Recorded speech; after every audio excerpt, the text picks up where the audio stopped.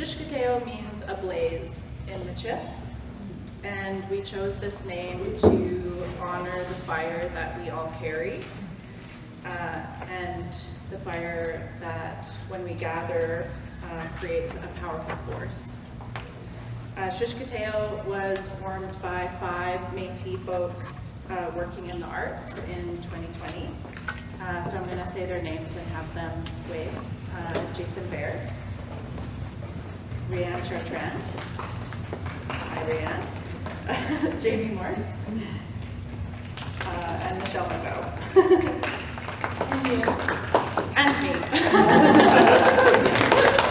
So the 5 of us hold positions in universities, in art galleries and museums across the country. And we believe are well placed to enact change in the communities that we come from, that we live in, and in the institutions in which we work. And we recognize that that because of the positions that we hold, we have a responsibility to do this work.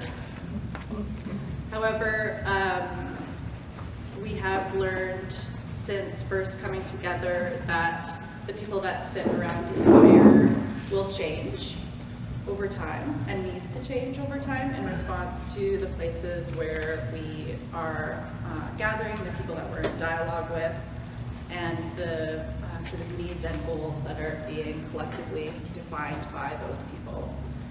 So that is what we are here to do today, is to have those conversations together and to think about how we transform our goals into a reality collectively.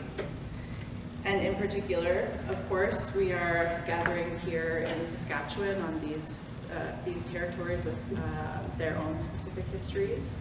I'm a newcomer to this place, and so I'm still very much learning about that, and grateful for the folks that are from here who can help to ground our conversations today. I want to tell you a little bit about the history of the collective.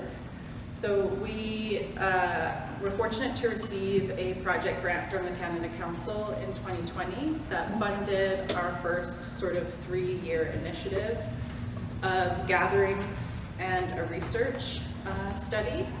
So we held our first gathering this past March in Winnipeg at the Winnipeg Art Gallery in conjunction with the opening of the exhibition. I have to look at the word. Kwatanitawakik, A Hard Birth, which was curated by Sherry Farrell-Rissette and Kathy Métis. And that first gathering was very intimate. It was about 20 people.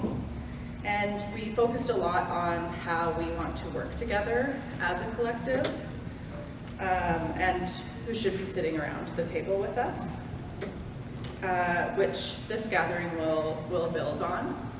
And then we will also be gathering in Ottawa next year, and that gathering will again be somewhat larger. And we're going to hear more about the plans for that later this weekend.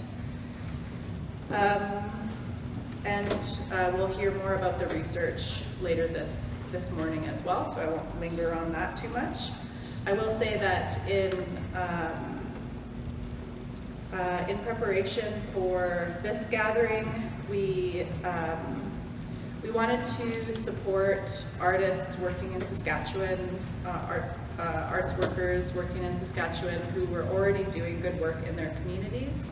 So we received an additional grant to support 2 projects, one which opened at the Man Art Gallery last weekend or the weekend before, which was led by Leah Marie Dorian and Bonnie Sanderson, and it was on the high plain style of Métis ribbon skirts. And so over the last number of months, they've supported a group of women to make these beautiful ribbon skirts and create an exhibition with that. So I was at the opening, and it was just a really beautiful event. And we also were able to support the Radical Stitch Beading Symposium, which is held in conjunction with the Radical Stitch exhibition. at the Mackenzie Art Gallery, which was curated by Sherry Perel-Rissette, Kathy Métis, and Michelle LaValle, and we were able to support a number of Métis artists to come to that gathering and talk about their work. And so this is one of the directions that I think the collective can be useful in, is marshalling resources to support Métis artists working in different places, and in ways that are really not directed by the five official members of the collective. And in Winnipeg, we also, talk about how the collective will shift moving forward from our first 3-year initiative. And we're located in different places across the country, and we're all committed to supporting the communities where we're living in. So looking forward to having more conversations with you about that today. A couple of notes of housekeeping, unless, have I forgotten anything that I should? No? Okay. A couple of notes of housekeeping. If you haven't, Ryan? Can we introduce our advisor? Yes, that was on my list. Sorry, thank you.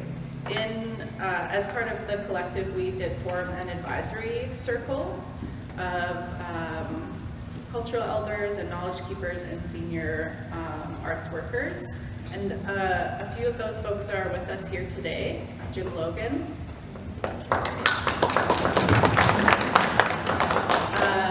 Val Vint,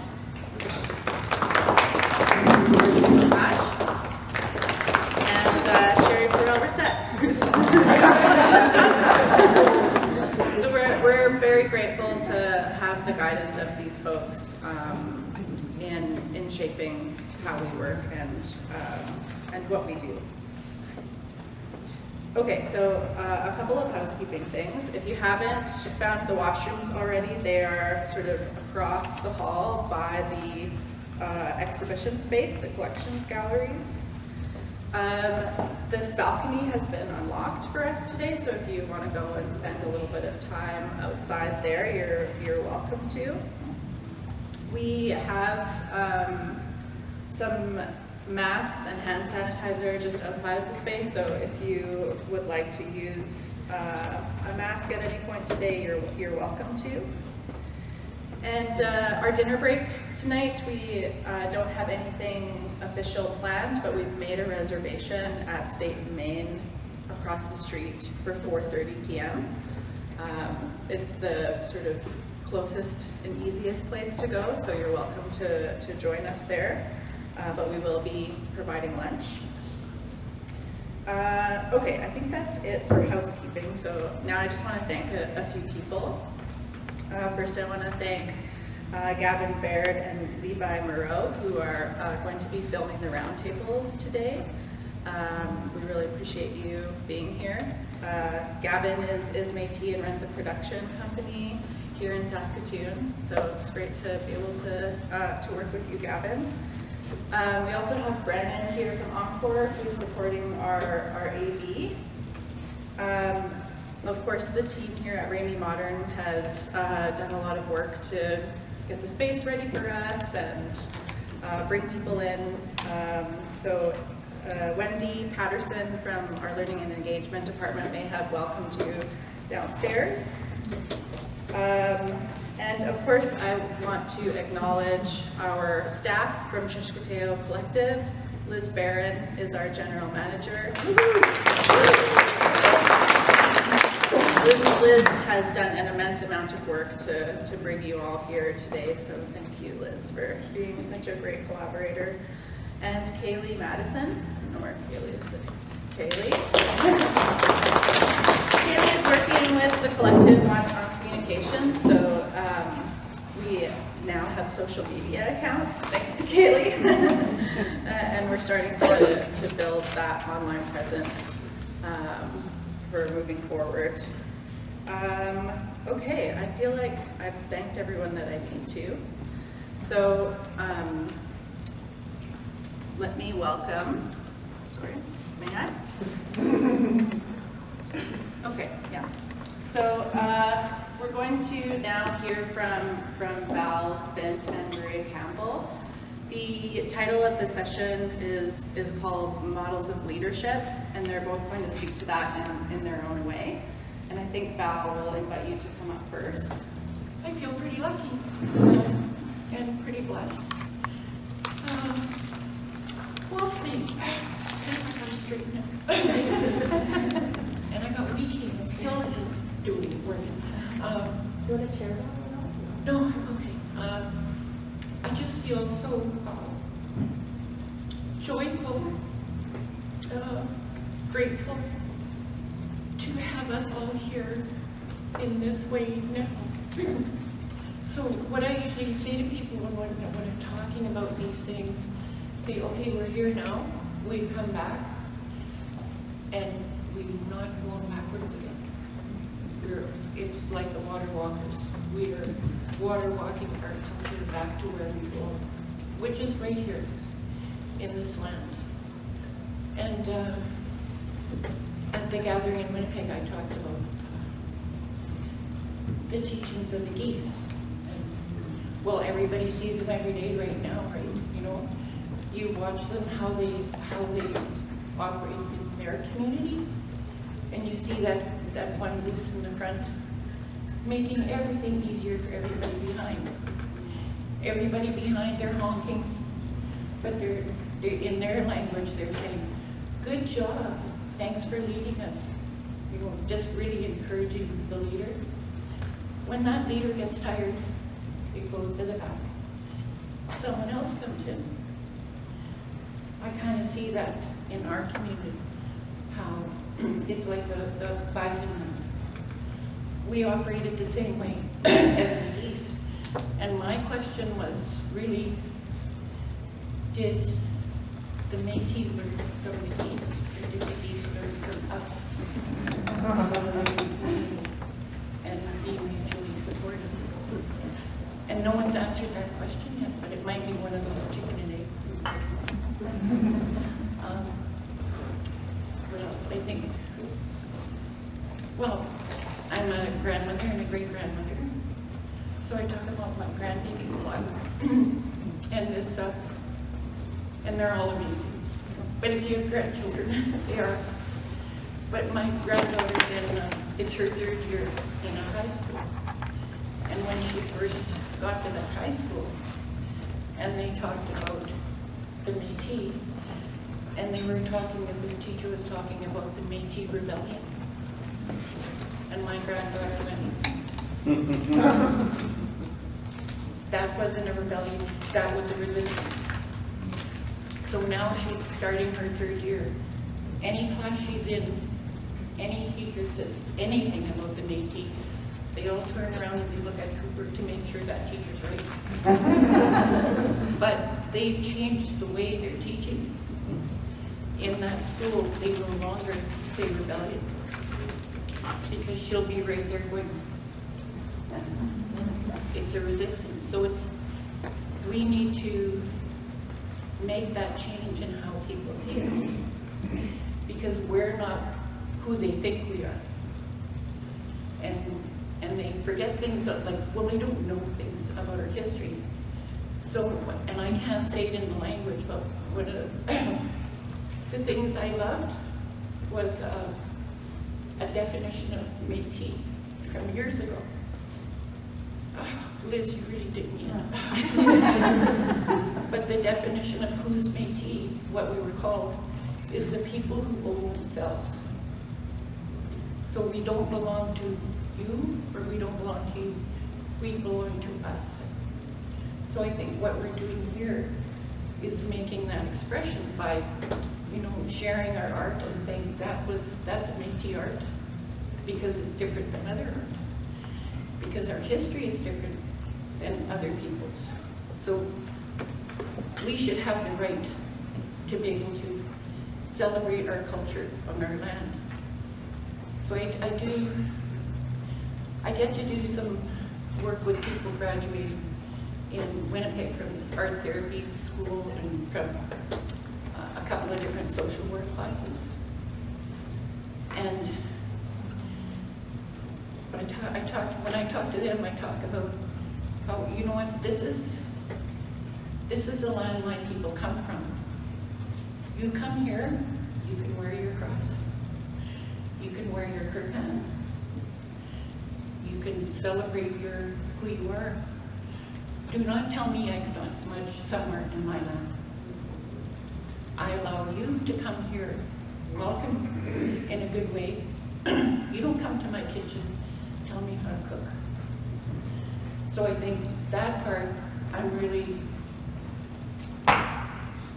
am not backing up, and you don't tell me I can't. And a few years ago, there was a big thing in Winnipeg.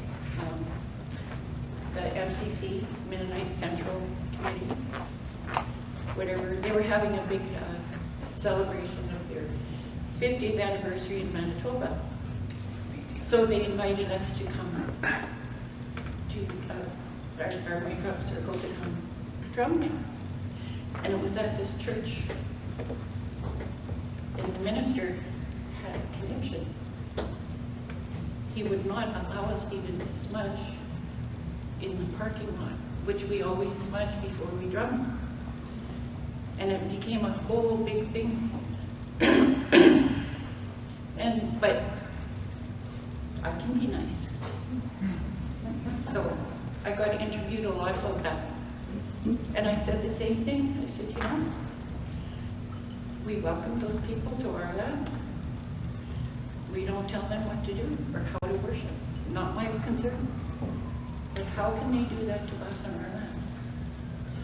So, and there was, through the whole thing, there was one negative comment out of Winnipeg, but like we heard from people across Canada about that, because that's a big deal.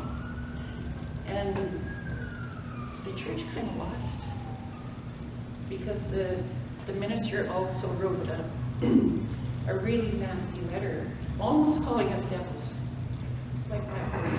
And excuse me, Sinclair responded in a letter, offered to have a meeting with this minister, and he wouldn't do it.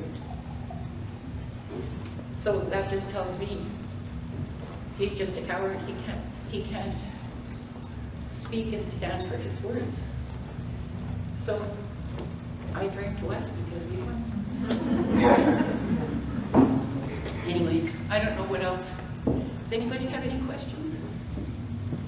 Because don't let me go on forever here. No, but we're also, after this, we'll have some questions to pose to everybody at your table. And you'll notice you have Post-it notes and pens. We also have larger Post-it notes, so we'll be having a larger conversation after. Yeah, so thank you. Okay, so just let's all support our youth, Kristen, you know, all of our youth, because they're our leaders for tomorrow. And we have to teach them to only walk this way. Would you mind talking a little bit more about the geese? That was such a great conversation that we began. Well, how they operate, it's just, I think, you know, when I compared it to the bison hunts, which is the same, because every day somebody else would lead that hunt, they would take turns, just like the geese do. And then it's a community effort. It's not about one person, one group, one family. It's about everybody working together. And I think that was much more common when I was a girl. Things were very different then. But I kind of see us getting back there, because things are changing, like people are realizing, I think by looking at our children and our grandchildren, looking at, well, they're missing a lot of life because they didn't have that community thing, and our community has been splintered. But it's up to us, each individually, to put that back together. So you see a relative struggling. Well, it is our responsibility to go help them stand again. And when we falter, our friends will be there for us. But to me, that's a traditional way of doing things, like this collective. And to do anything differently, well, you may as well be a colonizer, right? We work together by consensus. And I'm involved in a couple of things in Winnipeg. One, Kapamamiakacha healing forest. And in that, because we're trying to decolonize systems, every chance we get. So we have a board, because they demand that for all kinds of reasons. But we don't operate or call ourselves a board, we are keepers of the forest. So we consider ourselves stewards, not leaders. We're taking care of that part of our community so the rest of our community can come. And in that place, like on the 28th and 29th, that place is going to be full of people. We work with the local schools for Orange T-shirt Day. Last year, we planted over 400 medicines. We have got so much sage there. It's crazy. And it's like this tall. So when the children come, the 28th and 29th, we're having several schools come, and we have Vint. And one of our keepers made fresh blueberry jam. I got real butter from Rainbow for Vint's uncle. So we'll have Bannock jam for the kids. And when they leave, we will give each one of them a stalk of the sage. There are plenty of roots there because I had to transplant some. Tons of roots, they're not going to leave anytime soon. But there's lots of seeds. So I always encourage people, if I give them a medicine, say, you see these seeds? Yeah. Take them and plant them somewhere they don't cut the grass. Because I remember years ago when people would be really upset about other people selling medicines. But in most places, they were not selling them for profit. They were selling them for what it cost them to harvest and provide it. Well, and people would be upset about that. And I'd say to them, are you going to go take that family out to go get their medicines because they don't have a vehicle and then their friends do? So now I just tell people, you go plant those seeds somewhere where they don't move the grass. Hit the riverbanks, cover the riverbanks in medicine. Then people can access it. And I'm sure they prefer to go harvest their own as opposed to go buy it because you miss that experience of the harvest. So like all those little things, it's like we just keep planting seeds. And the more seeds we plant, the more our nation goes back to where it was. And I think we're almost there. And I say miigwech to all of you for doing this. Work I never thought I'd see in my lifetime. So, miigwech.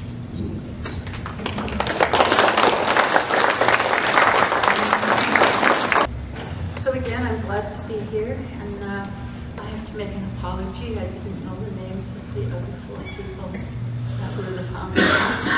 And I have to apologize to, I didn't recognize you. How great, I've stupid twice. I feel bad. Anyway, that's what happens when you start getting old. You can't do everything. Anyway, I don't quite know how to talk about this, but I just wanted first of all to say that I'm speaking from a place of respect, and but I think that there's sometimes things that we have to think about. And then I want to tell you about the crossing after I do that, because. So first of all, I'm really glad to be here and to see people that I haven't seen for a long time. I don't go very far from home anymore. Most of it is Zoom, and I'm really tired of it. But I was listening to Val talking about, leadership and about geese and how they look after each other, and about owning ourselves and about, growing as a nation. And I guess there's some things that I really agree with. Some things I don't, and I was going to talk about them anyway, and I want to do that. Because for myself as a writer and a video maker and all of the other things that I've done, I have a hard time thinking of myself as any one of those things, because for me, I use them, I use whatever I can, and it's when I can, if something doesn't work for me. But some of the hardest pushback I got was from our own people. And I really want to stress that we don't forget that, so that we don't become those kinds of people. The other thing is, I really believe, we all talk about holism, that we should be holistic. And again, a lot of the exclusion happens within our own group, and we do it to each other. So another thing that I want us to think about, because I think in my growing up, I came from a pretty isolated place. There was, there were probably about 10 families that were scattered all over, and we didn't live in a big group or a big community. And remembering that our First Nations relatives didn't live in big communities. That was how they lived as well, was in small groups. We lived in family groups, and in our community we lived in sister groups. It was our mothers, our grandmothers, our great-grandmothers, and their daughters that were in the community, and that was where leadership came from. But I never saw that for the longest time, because when you came into our community, we had Chartrans and Arcans and Campbells and Isbisters, and when somebody would say, who lives here, that was what we would say. Nobody ever came in and said, who are the women in this community? Because if they'd have asked that, we were all of the women were Vandal women, because my great-grandmother was a Vandal. So, keeping that in mind, that collectives are wonderful. They're wonderful because I've always worked in a collective, but we have to remember that we have territories of our own, our communities, and that we always respect the collectives that are there, and that leadership should come from there. And when we get together in a big group like this, that we're able to, like Val said, do like the geese do, or like our grandmothers did a long time ago. That leadership is able to change hands, but we always remember that the territory we're in already has a collective, and that we respect that. Too often over the years, governments have come and they've played with that and got us to work against each other. And always think about those words, collective. What does that mean in English, and what does that mean in our language? They don't always mean the same thing, whether we're talking Cree Michif, or we're talking French Michif. Always look at that word. Gabriel's Crossing, our little theater company, Cheryl is not here, and Marilyn's not here, but we have a small company, a theater company, and we're doing story bundles here. So once a month, we're going to have a different artist that will be featured and spend the afternoon visiting with people that come. And we're doing that because in our tradition, there's a source that all of us draw from. And as artists, you know that. You can call it your people, your culture, or whatever. But we always have to come back to that. My elder called it Atimuin. And in Michif, they would always say, Le portrait Atimuin, reflecting back from where you are as an artist, whether you're a storyteller or you're a person that paints or whatever kind of work you did. We're reflecting whatever's happening to us. So when you talk about Shushkitew and that fire inside, that's a reflection back to the people around you. And this is my own thinking over the years, that artists, our job, and I'm sure that all of us have, you know, that's a good conversation we can have together. How do we see ourselves as artists? I think of myself as that mirror that plays back, and sometimes what I play back is not what anybody wants to hear or see, and sometimes I don't blame them because I tend to be really opinionated. I don't think I'm much different from other Métis or Michif women, but that's what I feel that I do as an artist, and that's a really important role to have. But an artist is also, I'm also a grandmother and great-grandmother, and I care about what happens to my children, because I grew up in a community where the women looked after each other's children. If something happened, you took care of them. When you were talking about geese, I remember driving home one day with my dad. I picked him up and we were going back to the crossing, and there was a goose walking around the edge of the pond by the road, and there was a bunch of babies out in the water, and my dad said, oh, he said, I always feel sorry for them, for those, you know, I always feel sorry for those geese. And he said, I always feel sorry for that goose that has to do this work. And I said, what do you mean has to do this work? He said, haven't you ever noticed that there's always a goose in the summer? There'll be one goose around looking after all the babies. And that's the role of that goose. It's the babysitter. It looks after the babies while the parents are gone, and they might be gone for weeks or however long, and then they come home. And if you watch, that goose is there all the time, walking around the edge of that pond, making sure that all those babies are okay. So when I think about all that stuff, you reminded me of that, you know, the role of the goose. And thinking about buffalo, when you were talking about buffalo, that when something happens, all of the female buffalo chase the babies in the middle. And then the job of the male buffalo is to make sure that nothing comes in and upsets those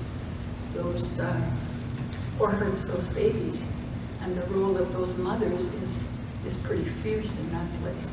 So when I think about being holistic and being artists, and especially the kind of art that some of the work that's here today, it's, you know, booking rugs, it's needlework, it's beadwork, and then I saw Radical Stitch, and you know, we have all of those things in art that we use to reflect back to the community all of those kinds of teachings and share them, and how strong that makes us. But also to remember that those people, I think I'm talking again about smudging. I remember Batosh days and coming with a group of people. We were all excited. It was 1985. It was the big celebration. All of the people that we were there together, we had worked like mad as volunteers to make sure that this place was, you know, everything was going to be ready when all the people came. Plus, we had helped to raise money to buy the land that Back to Batosh days is on.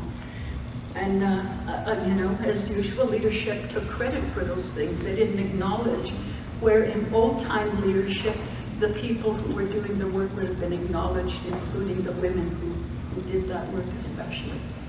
But we came in and we walked to the gravesite like they do every year, and we brought our smudge pot with us. And we came in and they started the ceremony, and we lit the smudge separate from that place. And guess what happened to us? The Christian ceremony was stopped, and we all got escorted out of that area. We weren't allowed. We were told to get we were a bunch of sweetgrass burners and to get that sweetgrass out of the. So we were pretty radical, all of us. So when we got kicked out, it had been fenced for this reason. We had wire cutters, so we came in on the other side of the grave with the wire cutters, and we still took part, but we kept our smudge at the place where we cut the wire. But I just wanted to remind everybody that we can be pretty mean to our own people and to other people. And we think that, and we do that because we think it's a cultural thing to do. And the other thing I wanted to say was the last thing is our grandmothers. You know, we have a first grandmother Our grandmother didn't come from France or Scotland or wherever. Our grandmother came from this land.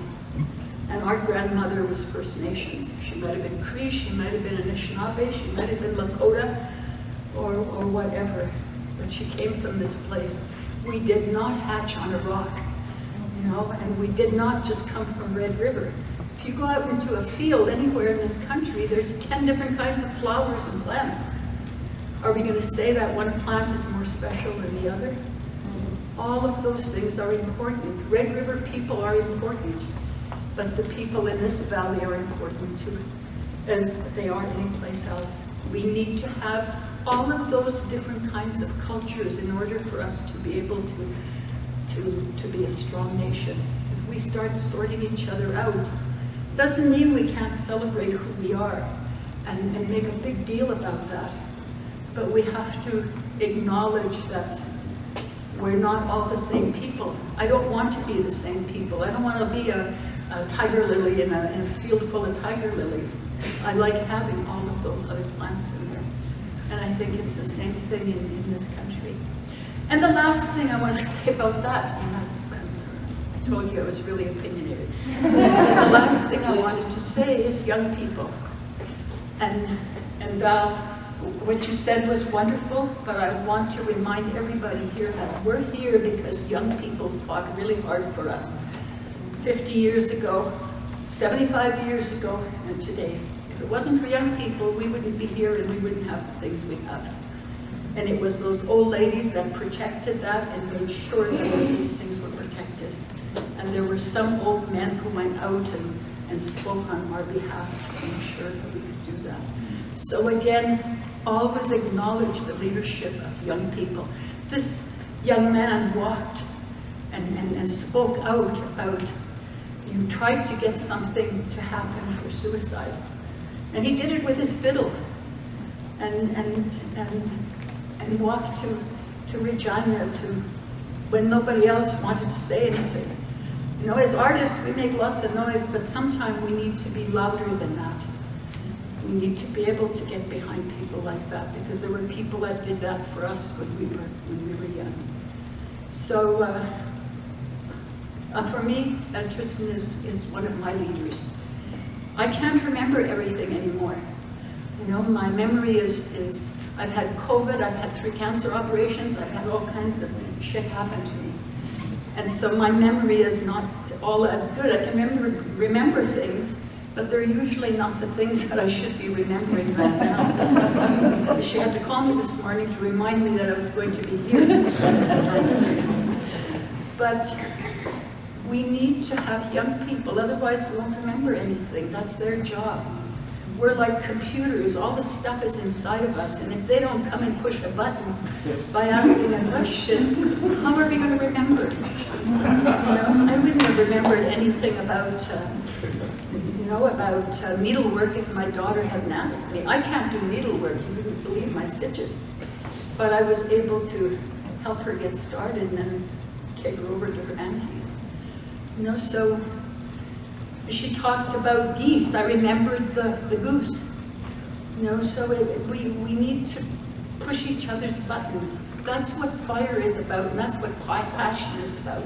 If we don't do that, there'll be no fire and there'll be no passion. We're getting ready to go back where we came from. Tristan is getting ready to go back to where we came from, and that's reciprocity. And we have to acknowledge that about each other, that there's leadership on both sides. So I've taken enough time, and I guess I won't tell you about the crossing. You already know, but thank you.